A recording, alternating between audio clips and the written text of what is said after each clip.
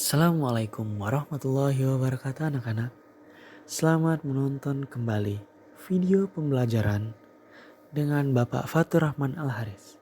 Oke, kita hari ini akan belajar tentang ilmu pengetahuan sosial, yakni pada tema 6 dan subtema 1, yakni tentang interaksi manusia dengan lingkungannya.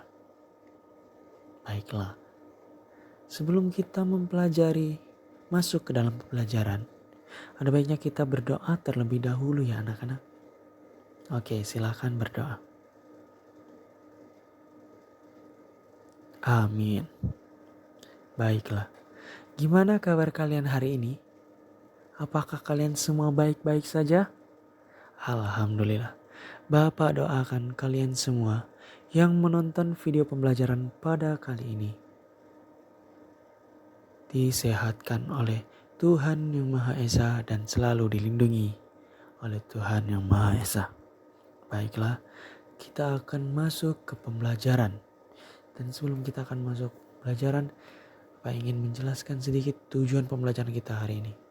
Yaitu tujuannya agar kita mengetahui dapat mengidentifikasi interaksi manusia dengan lingkungannya dan apa pengaruhnya. Lalu kita dapat mengetahui tentang pengaruh lingkungan alam terhadap manusia.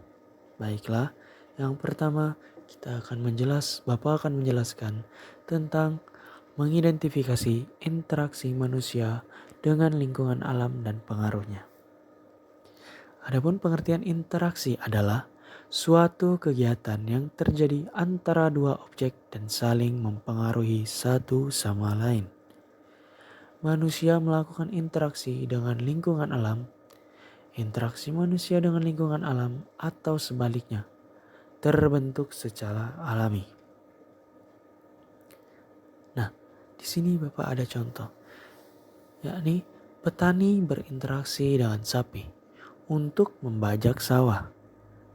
Lalu yang kedua, petani sawit berinteraksi untuk memanen kelapa sawit lalu dikirim ke perusahaan minyak goreng. Nah, adapun interaksi manusia dengan lingkungan alam dikelompokkan menjadi dua, yaitu yang pertama, interaksi manusia yang menyesuaikan diri dengan alam. Kedua, interaksi manusia yang memanfaatkan alam sekitarnya.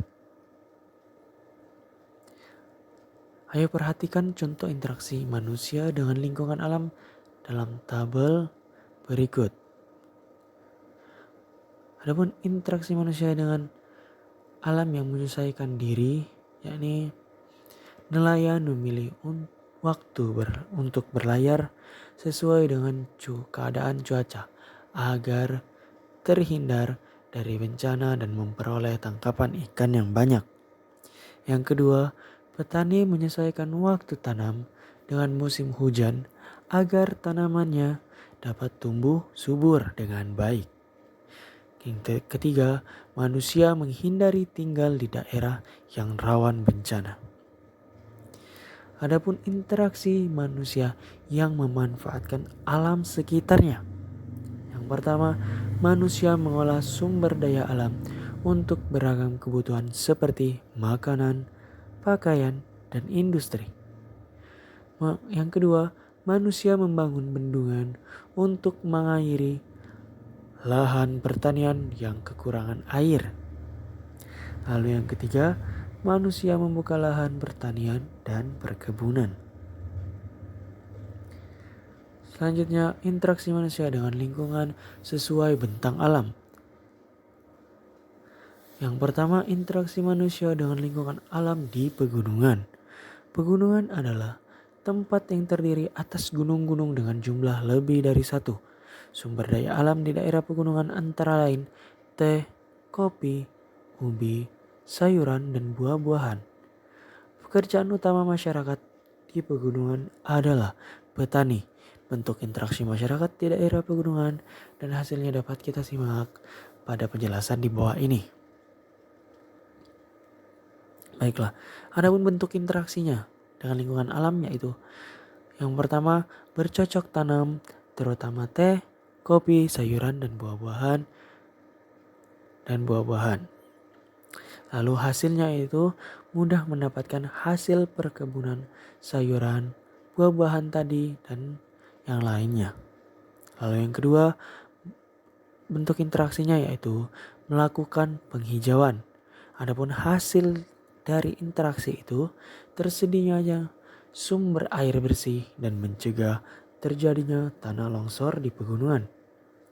Lalu yang ketiga, bentuk interaksinya yaitu memelihara hewan ternak berupa ayam, sapi, dan domba. Hasilnya kita dapat mudah mendapatkan telur, susu, dan daging yang baik. Lalu yang keempat, melakukan penambangan seperti belerang, kapur, dan pasir. Hasilnya yaitu mudah mendapatkan barang tambang seperti belerang, kapur, dan pasir. Lalu yang terakhir, bentuk interaksinya yaitu mengelola kawasan pegunungan menjadi objek wisata. Hasil yang kita dapatkan dari interaksi tersebut adalah dapat meningkatkan pendapatan masyarakat sekitar. Baiklah, selanjutnya interaksi manusia dengan lingkungan alam di daratan rendah. Daratan rendah adalah bagian daratan yang datar dengan ketinggian antara 0 sampai 200 meter di atas permukaan laut. Sumber daya alam yang terdapat di daratan rendah antara lain padi, jagung, kacang tanah, tebu, dan kayu jati. Pekerjaan utama masyarakat di dataran rendah adalah petani dan peternak. Bentuk interaksi masyarakat di daerah dataran rendah dapat kita simak pada penjelasan selanjutnya. Bentuk interaksi manusia dengan lingkungannya, yakni yang pertama bercocok tanam terutama padi, palawija, jati, dan tebu. Adapun hasilnya mudah mendapatkan padi, palawija, jati, dan tebu.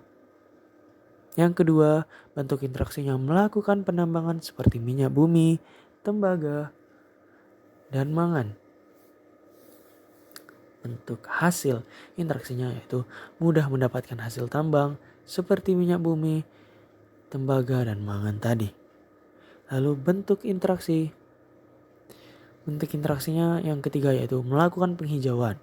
Adapun hasil dari interaksi tersebut tersedianya sumber air bersih dan mencegah terjadinya tanah longsor di bantaran sungai. Lalu yang keempat, bentuk interaksinya yaitu memelihara hewan ternak seperti ayam, sapi, kuda, kambing, dan ikan air tawar. Adapun hasil dari interaksi tersebut yakni mudah mendapatkan telur, susu, daging, dan ikan air tawar. Dan terakhir, yakni bentuk interaksinya mengelola kawasan industri berwawasan lingkungan. Adapun hasilnya, lingkungan di sekitar kawasan industri tetap terjaga kelestariannya. Baiklah, selanjutnya interaksi manusia dengan lingkungan alam di pantai. Pantai adalah bagian dataran yang berbatasan langsung dengan laut dan merupakan daerah pasang surut air laut. Sumber daya alam yang terdapat di daerah pantai antara lain ikan, kerang, kelapa, rumput laut, terumbu karang. Pekerjaan utama masyarakat di daerah pantai adalah nelayan. Berikut bentuk interaksi masyarakat di daerah pantai. Bentuk interaksinya yang pertama yaitu menjadi nelayan. Adapun hasilnya mudah mendapatkan ikan. Kedua, bentuk interaksinya yaitu melakukan budidaya sumber daya laut seperti udang, ikan air payau, rumput laut, dan kerang mutiara. Adapun hasilnya yaitu mudah mendapatkan hasil sumber daya laut seperti udang, ikan air payau, rumput laut, kerang mutiara. Lalu yang ketiga, bentuk interaksinya yaitu melakukan budidaya dan penanaman pohon kelapa. Adapun hasil dari interaksi yaitu mudah mendapatkan kelapa. Lalu yang keempat, interaksi Bentuk interaksinya yaitu menanam pohon bakau di daerah pantai. Hasil dari interaksi tersebut yaitu mencegah terjadinya abrasi pantai dan menjaga kebersihan pesisir pantai. Lalu yang terakhir, bentuk interaksinya yakni mengelola kawasan pantai menjadi objek wisata. Adapun hasil dari interaksi tersebut yakni meningkatkan pendapatan masyarakat. Oke, selanjutnya kita masuk ke pelajaran selanjutnya, yakni menyebutkan pengaruh interaksi manusia dengan lingkungan terhadap pembangunan. Manusia tidak dapat hidup tanpa mengandalkan lingkungan. Manusia memperoleh banyak manfaat dari alam untuk memenuhi kebutuhannya. Pertanian, perkebunan, perikanan, peternakan, perhutanan, dan perindustrian merupakan bentuk interaksi manusia dengan lingkungan alam untuk memenuhi kebutuhan hidup. Namun, tidak semua interaksi manusia dengan alam berdampak baik bagi alam. Berikut pengaruh negatif interaksi manusia dengan lingkungannya. Adapun dari kegiatan interaksi pertanian, pengaruh negatifnya yakni menggunakan pupuk kimia buatan dapat merusak tanah. Adapun usaha kita untuk memperbaikinya menggunakan pupuk kandang dan pupuk kompos.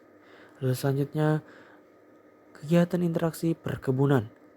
Adapun pengaruh negatifnya menggunakan pestisida buatan dapat menyebabkan pencemaran lingkungan. Adapun usaha untuk memperbaikinya menggunakan pestisida alami dari tumbuhan seperti tembakau, cengkeh, serai wangi, dan bunga kerisan. Lalu bentuk kegiatan interaksi peternakan. Adapun dampak negatifnya ini membuang limbah pertanian ke sungai dapat menyebabkan bau tidak enak yang menyengat. Lalu usaha untuk memperbaikinya yakni memanfaatkan limbah peternakan sebagai bahan pupuk dan energi alternatif. Lalu selanjutnya, dalam kegiatan interaksi perikanan, adapun dampak negatifnya ini membuang limbah sisa pengelolaan ikan secara sembarangan dapat menyebabkan pencemaran lingkungan. Usaha untuk memperbaikinya ini memanfaatkan limbah sisa pengelolaan ikan sebagai bahan pupuk dan pakan ternak. Baiklah, selanjutnya bentuk kegiatan interaksi di perhutanan. Adapun dampak negatifnya ini menebang pohon-pohon hutan secara sembarangan dapat menyebabkan tanah longsor dan kebakaran hutan. Adapun usaha untuk memperbaikinya melakukan tebang pilih, reboisasi, dan tidak melakukan pembakaran di sembarang tempat. Adapun selanjutnya kegiatan interaksi di perindustrian. Pengaruh negatifnya yang terjadi adalah membuang limbah pada industri secara sembarangan dapat menyebabkan banjir. Limbah cair dapat merusak ekosistem air dan limbah gas dapat menyebabkan pemanasan global. Usaha untuk memperbaiki mengolah limbah padat menjadi benda lain yang berguna, mengolah limbah cair sebelum dibuang, dan mengontrol emisi gas buangan industri. Adapun dampak dari interaksi perkebunan kelapa sawit yang kita bahas tadi. Dampak positifnya yakni meningkatkan lapangan pekerjaan penduduk sekitar. Kedua, meningkatkan pembangunan daerah seperti dibangunnya akses jalan raya. Ketiga, pendapatan penduduk semakin meningkat. Keempat, dibangunnya sarana dan prasarana. Adapun dampak negatif dari interaksi perkebunan kelapa sawit, yakni satu, berkurangnya keanekaragaman hayati karena hanya dibudidayakan tanaman kelapa sawit saja. Yang kedua, berkurangnya habitat dan hewan asli penghuni hutan yang dibuka untuk perkebunan. Yang ketiga, berkurangnya sumber daya air. Nah, jadi anak-anak, inilah yang dapat Bapak sampaikan pada pembelajaran kali ini. Jika ada salah-salah kata, Bapak mohon maaf kepada kalian semua ya. Adapun kesimpulannya pembelajaran pada hari ini yakni kita sebagai manusia yang selalu berinteraksi dengan alam. Kita harus tetap menjaga alam kita. Kita harus tetap memikirkan alam kita. Kita jangan hanya mencari keuntungan dari alam, tapi kita harus juga menjaga dan merawat alam kita agar baik-baik saja. Karena dampak baik atau buruknya akan kembali kepada kita lagi. Jadi, untuk kita semua anak-anak, menjadilah orang yang bijak dalam berinteraksi dengan lingkungan. Mungkin itu saja yang dapat Bapak sampaikan. Bapak akhiri. Wassalamualaikum warahmatullahi wabarakatuh. Terima kasih anak-anak.